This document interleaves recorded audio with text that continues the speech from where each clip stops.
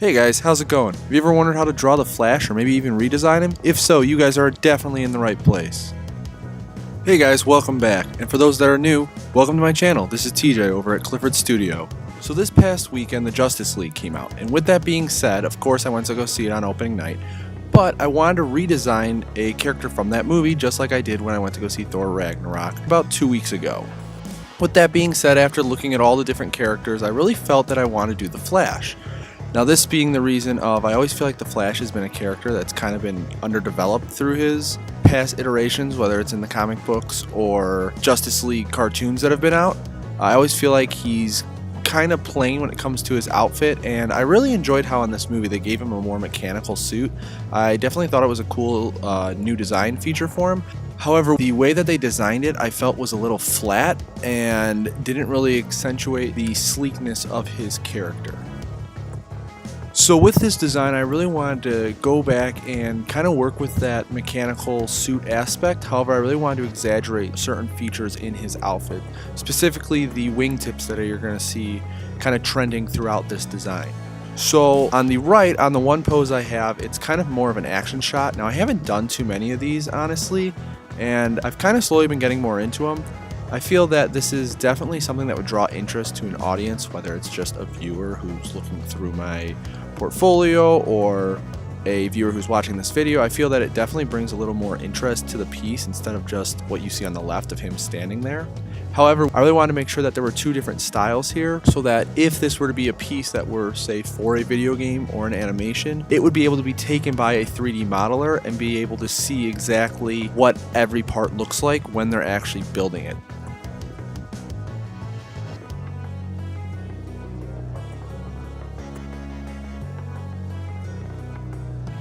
Okay, so at this point in the video I started laying down my color flats. Now I've discussed in past videos the reason I do this is really just so you can have that flat base once you start coloring and shading on top of it.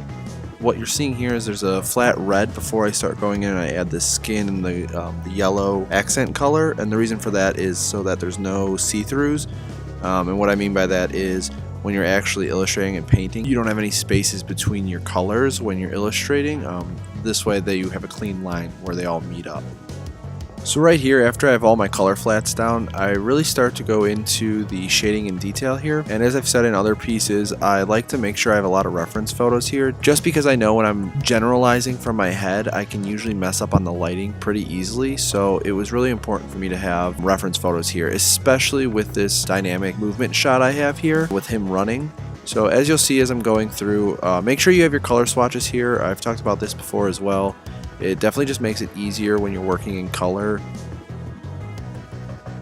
Right here at this point, I'm pretty happy with the design overall. I really wanted to keep it kind of traditional when it came to his colors and the simplicity, but also, like I said, I really wanted to play with the shape of the actual Flash character himself.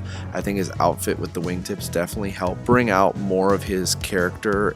Now, as you're seeing here, I'm going in and I'm shading in his highlights and shadows. I normally start with the shadows on these just because I feel like it's always easier to bring highlights out when you're actually working in digital illustration or just concept art in general. And one thing that I want you guys to keep in mind is when you're actually designing your characters or just other forms of concept art, make sure to remember where you want the viewer's eyes to go. I know I just talked about this in my last piece with the Thor Ragnarok redesign. You really want to know where you want your viewer's eye to look, because at that point you really want the most contrast to be happening, and then towards the other parts of the image you want it to become more desaturated, not so much darker because that brings in more contrast, but you really want it to be balanced between darkness and desaturation. That way your viewer's eye will be focusing on the most contrasted part of your image.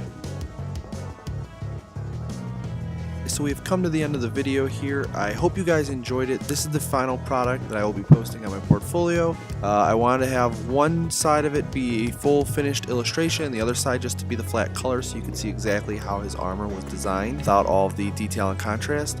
If you guys enjoyed this and you felt like you learned something from it and you liked it, please feel free to drop a like or a comment. I always have fun interacting with you guys. And if you want to see more videos like this, please subscribe. I really enjoy doing these and I'm definitely going to be doing more in the future. With that being said, please feel free to follow me on any of my social media channels to follow the behind the scenes of my projects live while I'm working on them. I'll usually be posting on those platforms before I create a full-fledged video and post it here on YouTube. So if that sounds interesting, please go ahead and click the link in the description to my different social medias and follow me there. And I'll see you guys next time.